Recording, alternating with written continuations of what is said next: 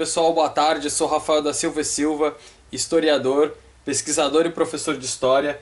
E ultimamente eu estive engajado na série Passos dos Jesuítas, né? Subi o Pico do Itatins, depois visitei as ruínas do Abarebebê, a Cama de Anchieta e no momento estou gravando um vídeo sobre a história de Itanhaém.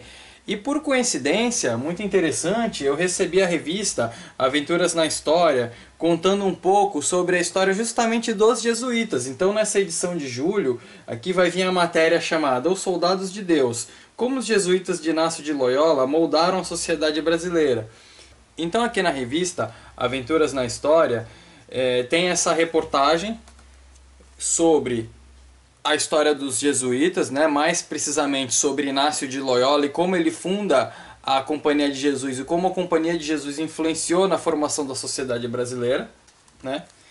E é interessante notar que essa reportagem escrita pelo Tiago Cordeiro, ela traz muito do aspecto biográfico dos jesuítas, principalmente de Inácio de Loyola e Padre Manuel da Nóbrega também. Ele dá essa conotação biográfica, essa conotação individual. Traz, por exemplo, aspectos da vida privada de Inácio de Loyola, como que ele era apaixonado por uma moça ainda quando era adolescente, e também como que ele ainda acabou sendo atingido por uma bala de canhão, e aí então, uma vez com esse problema na perna, que custou muito para ele se recuperar, ele acaba se dedicando à fé. E é interessante como esses aspectos individuais e biográficos que o texto apresenta influenciam na formação da Companhia de Jesus, uma vez que ela era marcada pela disciplina, pelo fervor religioso, pela ideia de expansão do cristianismo, né? E essa expansão do cristianismo ela foi interessante para o papado na época. O Papa Paulo III, por exemplo, ele viu na Companhia de Jesus uma boa oportunidade. A Companhia de Jesus ela foi aprovada pelo Papa III, que viu nela uma boa oportunidade para a expansão do cristianismo, uma vez que a Igreja Católica levou um duro golpe com a Reforma Protestante. Uma boa parte da Europa rompeu com a Igreja Católica, né, e iniciou-se então a Reforma Protestante. Então, o papado da Igreja Católica ele percebe nas missões jesuíticas aí uma possibilidade de expansão da fé cristã.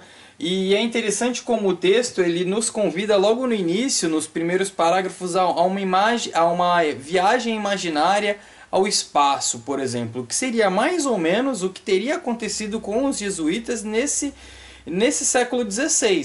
Assim, jovens, intelectuais, né, jovens estudados, mas que se abriam para um mundo completamente desconhecido, desde o norte da América até o sul, passando por remanescentes da civilização asteca, por índios descendentes dos maias, por populações no Oriente e também a população indígena brasileira, aí, formada pelos tupis-guaranis, por exemplo, né? Então era um mundo completamente alienígena à sociedade europeia que se abria a esses corajosos, segundo o texto, padres jesuítas que estavam se formando nessa época, né? E com o Brasil, os jesuítas chegaram com o Padre Manuel da Nóbrega, que sua biografia também ganha um pouco de destaque nesse texto, né? O Padre Manuel da Nóbrega veio com o Tomé de Souza, né? Uma vez que o projeto de colonização de Martim Afonso de Souza não foi tão bem sucedido assim,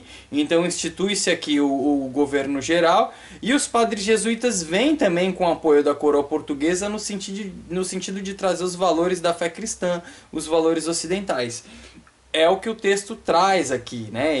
Essas iniciativas individuais, né, até de uma forma biográfica que aparece aqui no texto, elas foram decisivas para a implantação dos valores ocidentais aqui na sociedade brasileira, né? E aí dá para a gente fazer uma crítica sobre isso, né? Quando você coloca muito das iniciativas individuais, talvez soe com aquele ar de heroísmo, né?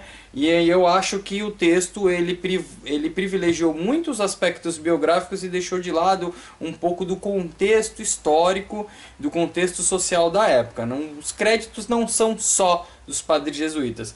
Mas uma coisa legal que o texto coloca aqui é a coragem deles, né? Imagina você sair da Europa e mergulhar num mundo completamente desconhecido sem saber o que vai acontecer com você. Quando, por exemplo, Padre Anchieta e Padre Manuel da Nóbrega, eles vão tentar amenizar um conflito de tribos indígenas no Rio de Janeiro, né?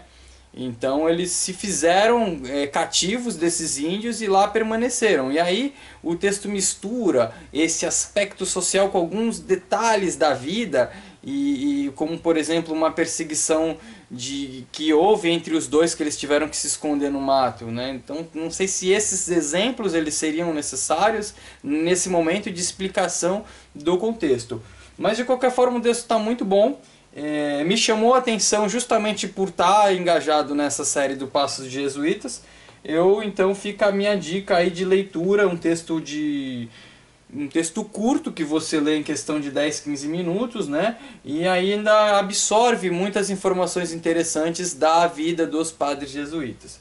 E de certa maneira, naquela época eles tinham realmente essa missão de trazer esses valores cristãos que foram engajados aqui. E vale ressaltar também que os padres jesuítas eles enriqueceram bastante, né? Nessa época eles tinham bastante poder, as missões conseguiram bastante poder, uma vez que eles disputavam com os bandeirantes, né? Os bandeirantes caçavam os índios e muitos desses índios viram na figura dos jesuítas uma esperança aí, um fortalecimento, por isso que eles ganharam tanta força.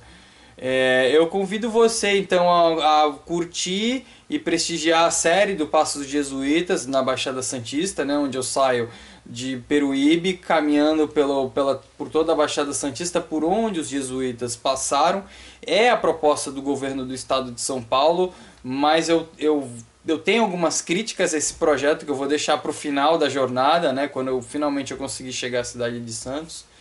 E espero vocês lá. Não esqueçam de curtir, compartilhar o vídeo e assine o canal e vai lá dar uma olhadinha na viagem dos Passos dos Jesuítas, que está muito legal. Eu consegui fazer algumas imagens que depois olhando assim ficou muito bonito, porque a região é muito bonita, ela favorece isso, né? Eu brinco com os meus amigos dizendo que em determinados locais você vira fotógrafo profissional, de tão bonita que é a paisagem do local. Tá bom, pessoal? Tchau, valeu! E fica aí a dica de leitura. Até mais!